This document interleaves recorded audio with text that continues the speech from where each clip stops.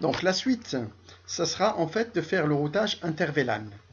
Alors, l'idée c'est que le VLAN 20, supposons que j'ai un serveur sur l'un des VLAN en question et que le service commercial qui appartient au VLAN 20 veut avoir le service 168.10. Il veut aller au service, rappelez-vous, c'était le 12 tout à l'heure, il veut aller sur ce service. Est-ce qu'il va pouvoir y aller? Ben non, en principe, il ne peut pas y aller. Ça veut dire quoi? Ça veut dire puisque tout le monde est sur sa propre coquille, c'est-à-dire sur son propre VLAN, donc il ne peut pas atteindre l'autre VLAN. Et là, c'est une contrainte en plus. Ça veut dire que les VLAN, ils vont nous séparer, nous cloisonner, sans pouvoir en fait échanger des informations entre nous. L'idée ici, pour pouvoir communiquer, c'est qu'il faut créer un routage inter-VLAN. Alors, comment faire? Je vais essayer de voir si je peux prendre un stylo. Non, je ne peux pas le prendre ici. Donc, je vais éventuellement lancer ça. Voilà. Alors, l'idée. Supposons que j'ai un switch. Donc voilà un switch. J'ai un routeur. Et dans ce switch, en fait, j'ai mon premier VLAN. D'accord. J'ai un deuxième switch éventuellement. D'accord. Où j'ai aussi un VLAN. Ah, les deux switches sont connectés entre eux via un conduit, comme on avait dit, qui est trunk. Et là, j'ai un deuxième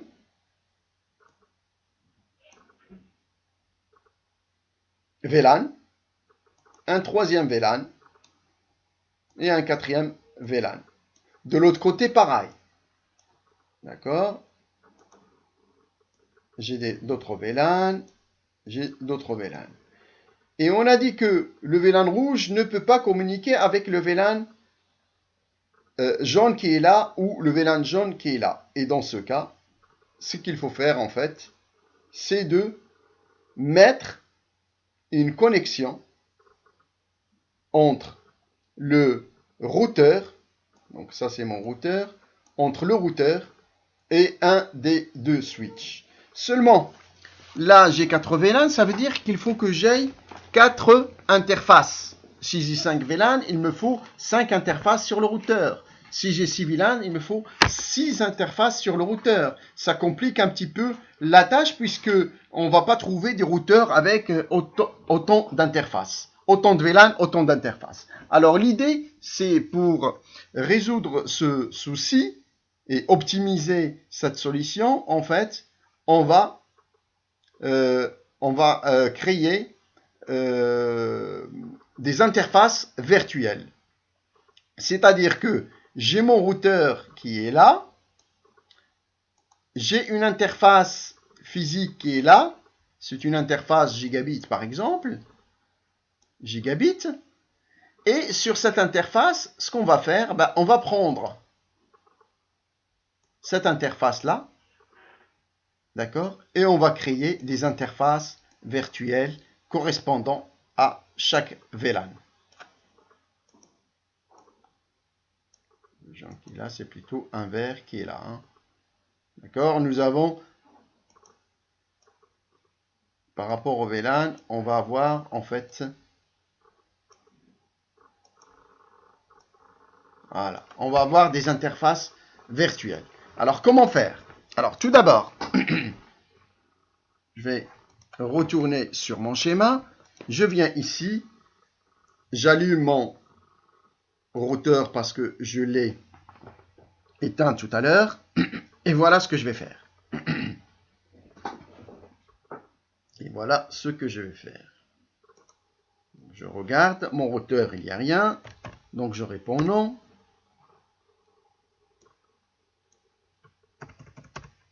Enable. Configuration terminal.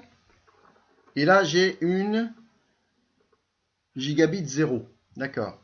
Donc je rentre dans l'interface gigabit 0/0. Et là, je commence à créer les... Je mets d'abord no shutdown.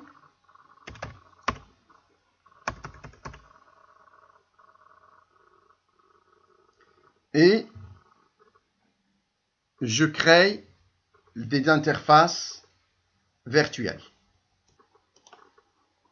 Alors, première interface virtuelle. Donc, int, j'avais un giga 0/0. Là, je mets .10 pour dire que c'est un VLAN 10. Donc là, il a fait l'interface numéro 10. Et là, je dois, cette interface, il doit encapsuler, d'accord?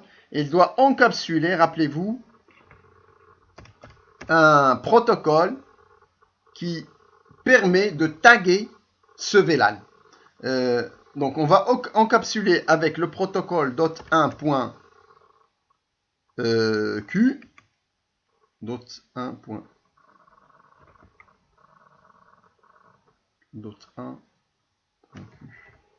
Voilà, .1.q. Voilà, c'est ce protocole-là qu'on va utiliser. Et une fois, alors .1.q, et là, il faut que je lui donne le numéro de VLAN. Alors, je mets point d'interrogation. Voilà, le numéro de VLAN, puisque c'est le VLAN 10, puisque j'ai ici un point 10, c'est avec ça que je vais essayer de le... Voilà, c'est avec ça que je vais essayer de l'identifier. Donc, le point 10 qui est là correspond à ce 10-là. D'accord. Donc, je mets ça.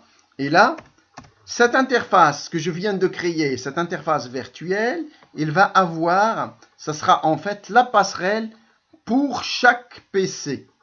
Donc, je mets un IP add 192.168.10, le VLAN 10, .254, par exemple.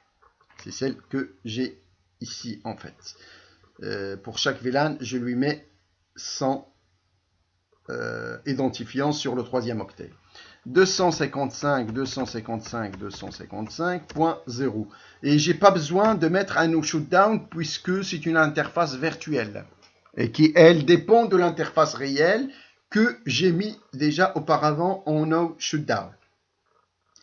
Donc, ça, c'est fait.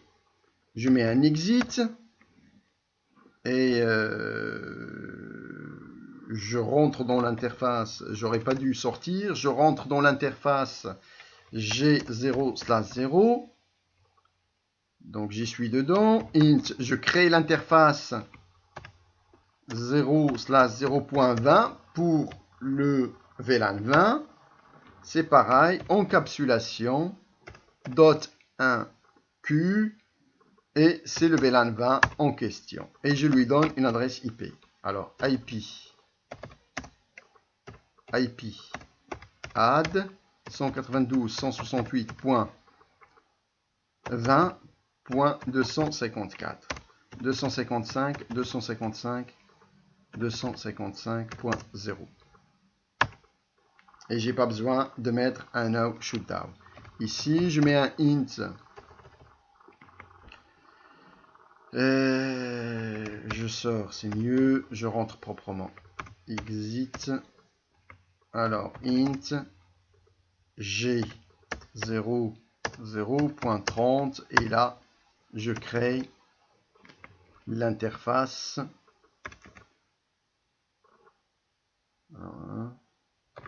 Encapsulation. .1 Q. Et ça, c'est le VLAN 30. Donc, on va associer cette interface au VLAN 30. Et je lui donne une adresse. IP add 192.168.30.254. 255.255.255.0. Donc voilà, par rapport à cette interface-là. Donc, est-ce que je fais la même chose pour l'autre ou est-ce que je fais comme j'ai fait pour l'autre vidéo? Donc là, il est allumé. Je mets un nœud et je lui donne. Je fais pareil sur ce routeur-là. Conf T. Mais puisque notre configuration elle est exactement la même de gauche, la configuration de gauche elle est exactement la même que la configuration de droite, qu'au niveau de switch que du routeur. Alors je viens ici et je mets un do show run et je vais prendre, pour aller plus vite, je vais prendre toute la partie encapsulation avec le protocole .1q. D'accord, je mets une copie. Je viens sur un fichier, je crée un fichier vide de texte. Je le colle. C'est une manière, je vous apprends une manière de faire.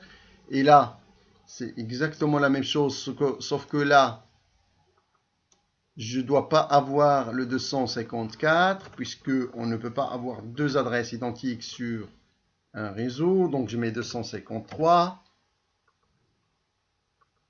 et 253 par exemple.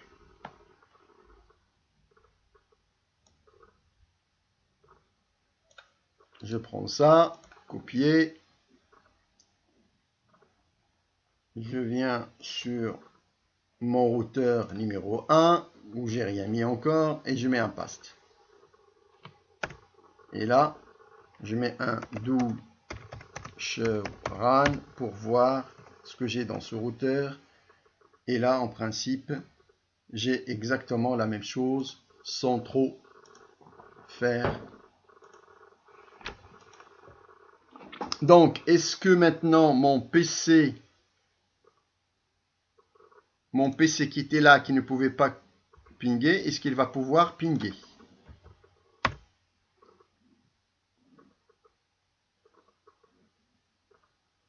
Donc, toujours pas.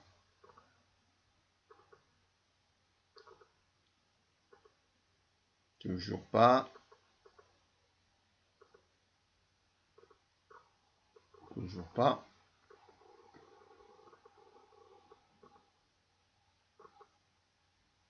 Et toujours pas. D'accord. Donc, c'est le point 12.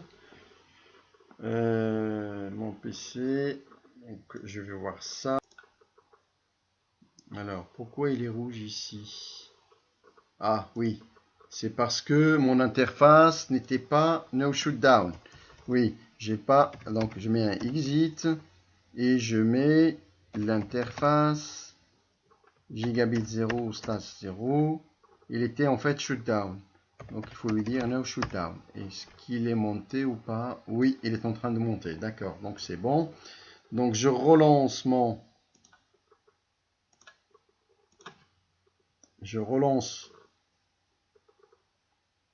PC.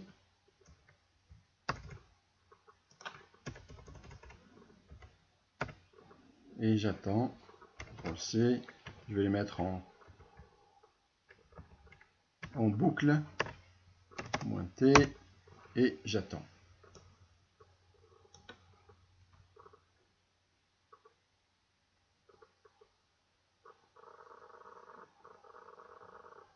Alors, c'est normal aussi parce que il manque une autre information. Alors, on avait dit que entre un switch et un switch, quand il véhicule dans un conduit des VLAN différents, il faut faire un trunk. Or, ici, sur les routeurs, eux, ils vont véhiculer plusieurs VLAN aussi. Donc, il faut trinquer le giga 1. Il faut la trinquer aussi. Donc, rentrons dans le switch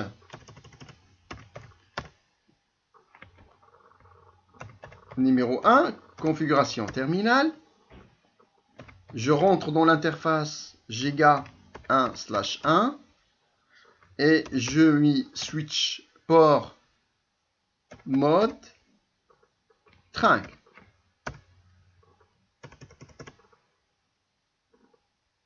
Je fais exactement la même chose sur le deuxième switch, enable, configuration terminale. L'interface en question, c'est une interface G1, 2. Et là, switch port, mode trinque. Non, c'est Giga 1.1, mode trinque. Excusez-moi, Giga 1. Voilà, l'autre, il était déjà faite. Hein. C'est celle-ci. Et revenons à notre... Et là, vous voyez, tout à l'heure, il répondait pas, et maintenant, il a commencé à répondre. Donc, c'était dû au problème de mode trinque.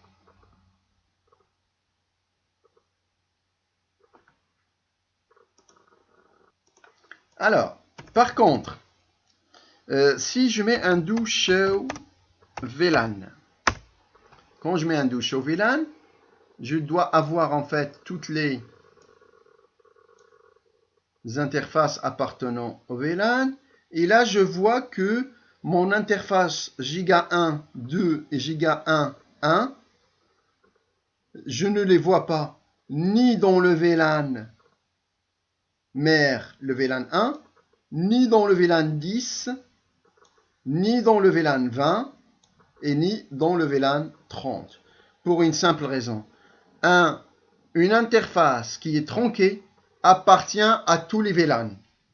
Une interface tronquée, c'est une interface qui appartient à tous les VLAN. Et si jamais il appartient à tous les VLAN, ça veut dire que soit il faut que je l'affiche sur tous les VLAN, je dois l'afficher sur le VLAN 1, sur le VLAN 10, sur le VLAN 20 ou sur le VLAN 30, puisqu'il appartient à ce VLAN.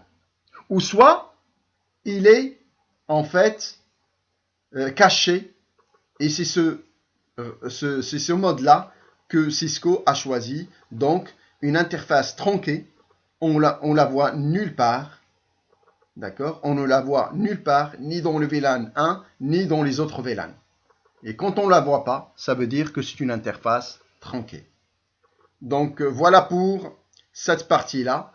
La prochaine vidéo, on va prendre le problème de la redondance des câbles, la redondance des câbles et la redondance des routeurs. Donc, on va faire ce qu'on appelle Ether Channel niveau 2 et niveau 3. À la prochaine.